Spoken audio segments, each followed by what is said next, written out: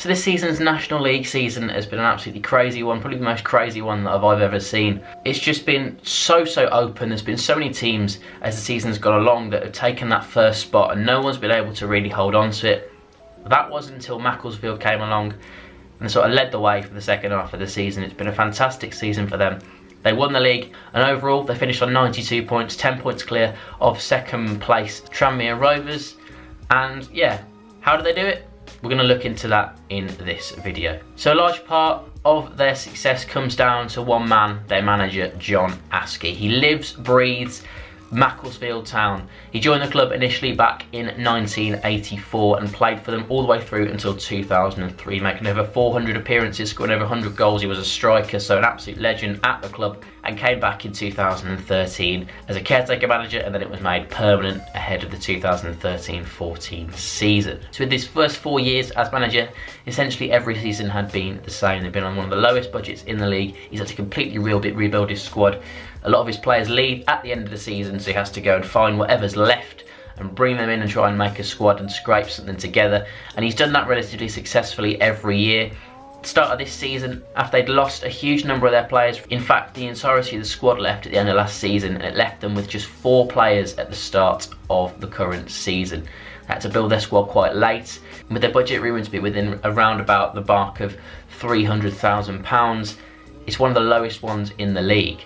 But as I said, the challenge for John Askey of rebuilding his entire squad is one that he is familiar to. He has to pretty much do it each year, and this year it will be the best rebuild that he has done so far. At the start of the season, it was a bit tricky. They got off to quite a slow start, but after a couple of months, they were right up near the top, challenging up at the right end of the table for them, and by Christmas, they were leading the way. January 2018 was a tricky one for them as a football club. The players did not get paid on time. When your players don't get paid, it can create a lot of unrest within the camp, and it's not a good thing. It doesn't instill a lot of confidence amongst the fans, amongst the players as well, and the staff. But once they got through that, they paid their players.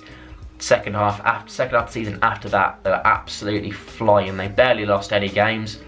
They picked up a number of results in the last few minutes of the games just to get them 3 points, get an extra point here and there, and it just had such a big impact. It would seem to be game after game. They were just getting late goals and picking up results, and that, it all comes down to team spirit. None of these players are on massive individual salaries.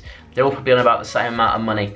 So there's no players that are looking at others and thinking, I want to be on the same amount of money as you. They're all on the same level. They've got that team spirit, and that is a really important thing at non-league level in particular.